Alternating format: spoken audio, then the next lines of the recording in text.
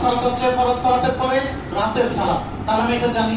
সুতরাং রাতের সালাত 2 রাকাত, 4 রাকাত, 6 রাকাত, 8 রাকাত, 10 রাকাত, আমি যতটুকু পারি ততটুকু আদায় করার জন্য আপনাদেরকে চেষ্টা করা দরকার।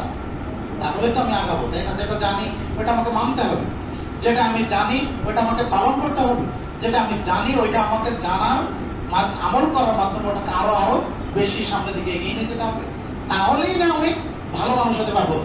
রাসূলুল্লাহ সাল্লাল্লাহু আলাইহি ওয়াসাল্লাম তিনি যে ইসলাম আমাদের কাছে পৌঁছিয়েছেন, এই ইসলামের এমন কোন দিক কি আছে যে রাসূল সাল্লাল্লাহু আলাইহি ওয়াসাল্লাম আমাদেরকে আদেশ করেছেন অথচ তিনি করেননি? এমন কোন বিষয় কি আছে? এমন কোন বিষয় নাই। বরং তিনি আগে আমল করেছেন, এরপরে তিনি আমাদেরকে আমাদের কাছে প্রচার করেছেন, আমাদেরকে শিখিয়েছেন তোমরা এইভাবে করো।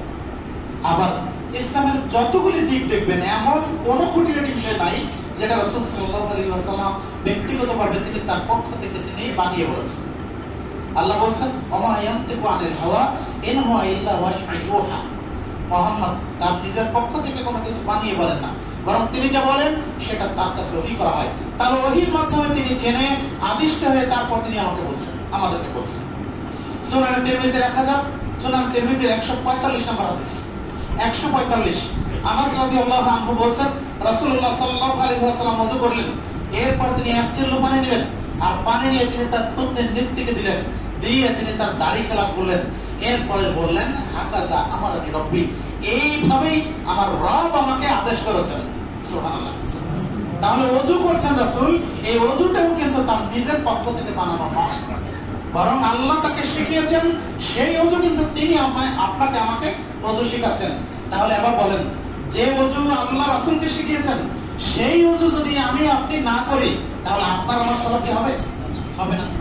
তাহলে বেশক দেখেন আমাদের দেশের বহু মানুষ সালাত আদায় করে, কিন্তু পরিশেষে বলে যে আল্লাহ এত সালাত আদায় করি, এত দোয়া করি, আল্লাহ আমার দোয়া কবুল করেন না। কিভাবে করবেন? আপনার তো সালাতও হয় না, আপনার দোয়া আল্লাহর কাছে কবুল হয় না। তাহলে সালাত তো হইতে হবে। রাসূলুল্লাহ সাল্লাল্লাহু আলাইহি ওয়াসাল্লাম বলেন ইন্নাল মুসাল্লি লা ইউসাল্লি 60 সালাতান লাম ইউকবালু মিনহু শাইউন। মুসাল্লি কোন মুসাল্লি 60 বছর সালাত আদায় করে, আল্লাহ তার পক্ষ থেকে কোনো কিছু কবুল করেন না। কেন কবুল করেন না? হয় আমার ওযু ঠিক হয়নি, অথবা সালাতের পদ্ধতি ঠিক হয় নাই, অথবা আপনার উপার্জন এটা ঠিক নয়, যে কারণে এত বছর সালাত আদায় করেও আমার আপনার সালাত কবুল হচ্ছে না। তাহলে কি করতে হবে? আমার আপনার অনুশীলন বাড়াতে হবে। ওযু কি করলে, কোন পদ্ধতি করলে ওযুটা সঠিক হয় আপনার আমার জানার চেষ্টা করতে হবে, আর সেই অনুযায়ী আমল করতে হবে। সুনান আবু দাউদের 149 নম্বর হাদিস রাসূলুল্লাহ সাল্লাল্লাহু আলাইহি ওয়াসাল্লাম বলেছেন আম্মানি জিবরিল আমার ইমামতি করেছেন 2 দিন, ইয়াউমাইন 2 দিন ইমামতি করেছেন এই বাইতুল্লাহর এখানে। এই বাইতুল্লাহর কাছে জিবরিল আমার 2 দিন ইমামতি করেছেন।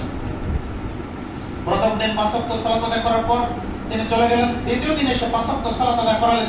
এরপরে তিনি বললেন ইয়া মুহাম্মদ, তোমার উম্মতের সালাতের সময় হচ্ছে এই 2 ওয়াক্ত, এই 2 দিনের সালাতের মাঝামাঝি, অর্থাৎ এই 2 ওয়াক্ত সালাতের মাঝখানে হচ্ছে তোমাদের উম্মতের সালাতের সময়। তাহলে বলেন তো জিবরিল আলাইহিস সালাম কি শুধু মুহাম্মদ সাল্লাল্লাহু আলাইহি ওয়াসাল্লামকে সালাতের সময় জানানোর জন্য আসলেন? এই সালাত জানানোর জন্য, সময় জানানোর